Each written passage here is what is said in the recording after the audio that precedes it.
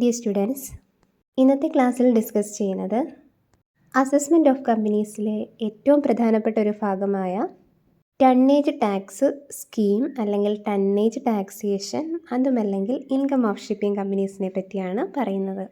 Shipping കമ്പനീസിന് applicable ആയിട്ടുള്ള ഒരു സ്കീമാണ് ടണ്ണേജ് ടാക്സ് സ്കീം എന്ന് പറയുന്നത്. സെക്ഷൻ 115(v)(2) സെക്ഷൻ 115(v)(z)(c) വരെയാണ് ടണ്ണേജ് ടാക്സ് സ്കീമിനെ പറ്റി എക്സ്പ്ലെയിൻ ചെയ്തിട്ടുള്ളത്.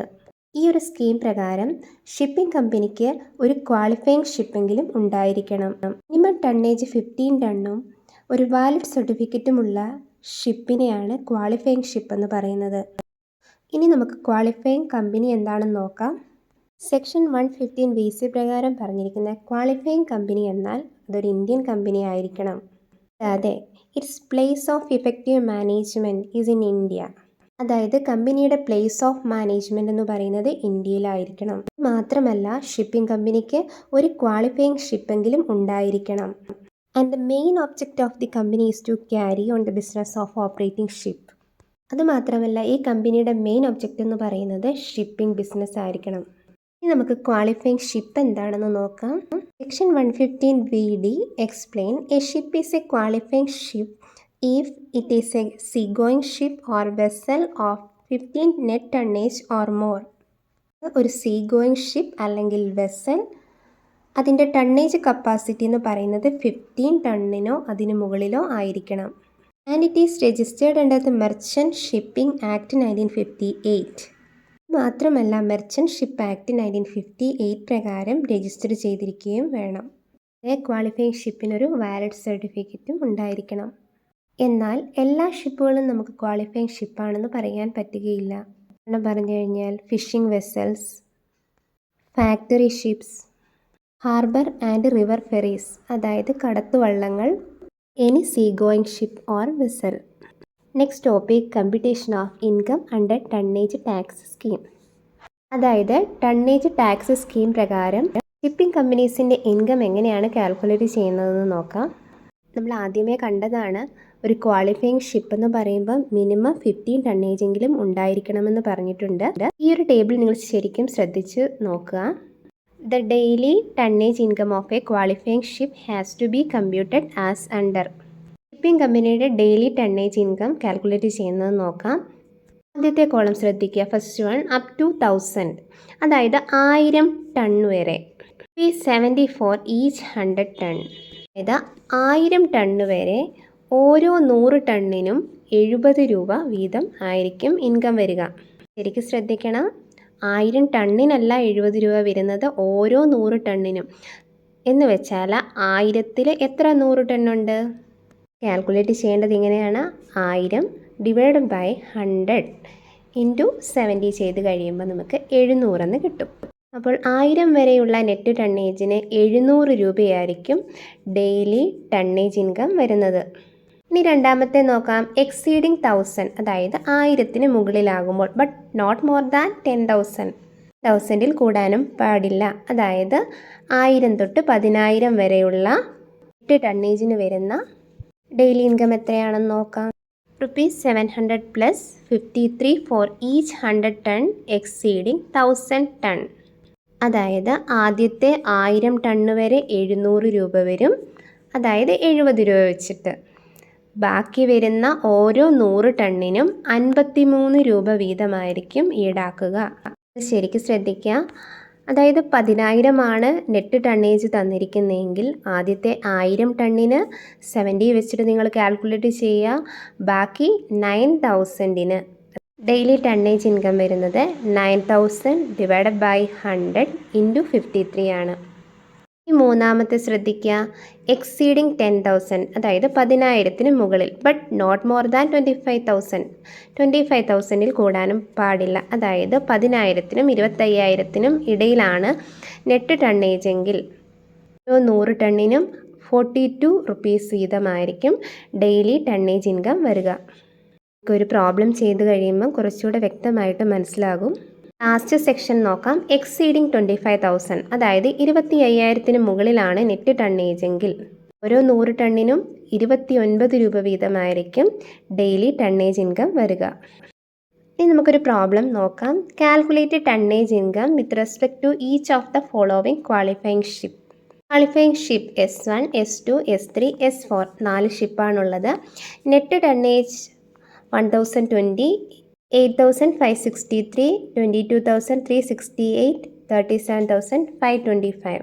And days for which ship operated during the previous year 2021-22, 120 days, 70 days, 250 days and 100 days. ക്വസ്റ്റ്യനിൽ നെറ്റ് ടണ്ണേജും പ്രീവിയസ് ഇയറിൽ എത്ര ദിവസം ഷിപ്പ് ഓപ്പറേറ്റ് ചെയ്തിട്ടുണ്ട് എന്നൊരു ഇൻഫർമേഷനുമാണ് തന്നിരിക്കുന്നത്.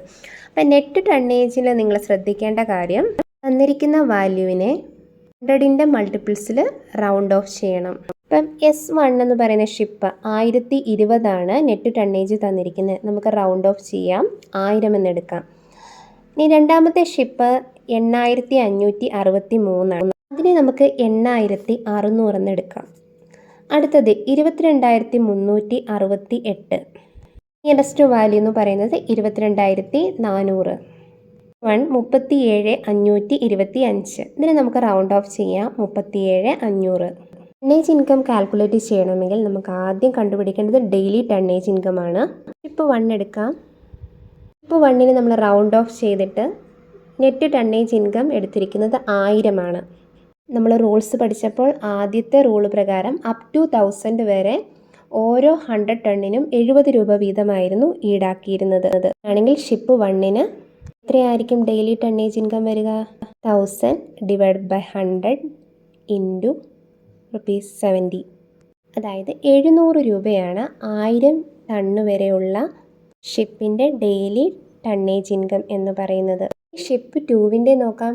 ഷിപ്പ് 2വിന് net tonnage income round off ചെയ്ത് കഴിയുമ്പം 8600 വരുന്നത്.